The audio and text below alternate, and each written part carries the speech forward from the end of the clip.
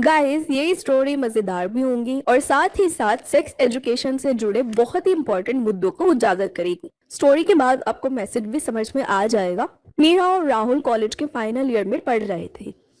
दोनों एक दूसरे को बहुत प्यार करते थे। एक शाम दोनों राहुल के फ्लैट पर अकेले थे। राहुल ने एक फ्लैट लिया हुआ था और वो वहां पर अकेला रहता था, तो दोनों राहुल के फ्लैट पर अकेले थे। गाइस माहौल कोजी था और जाहिर सी बात है दोनों एक दूसरे से प्यार करते थे। तो जब एक दूसरे से प्यार करते हैं तो जाहिर सी बात है एक दूसरे के करीब आने का आप लोग समझ ही रहे होंगे।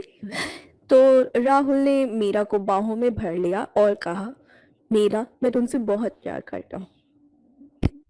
और मीरा ने राहुल की आंखों में देखा और कहा, राहुल मैं भी तुमसे बहुत प्यार करती हूँ। धीरे धीरे उनके होंठ मिले और चुंबन गहरे होते गए और जल्द ही दोनों के कपड़े जमीन पर थे।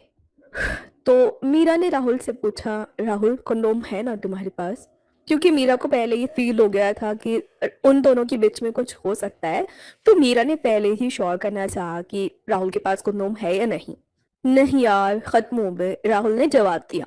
लेकिन मैं ध्यान रखूंगा, उसने ये भी ऐड किया। एक्चुअली कभी कभी जब ऐसे मोमेंट्स आते हैं तो ऐसा होता है कि लोग जल्दबाजी में प्रोटेक्शन लेना भूल जाते हैं और अगले कुछ ही पल में उन दोनों के जिस्म आपस में टकराने लगे और एक अलग ही रेजोनेंस कमरे में क्रिएट होने लगा।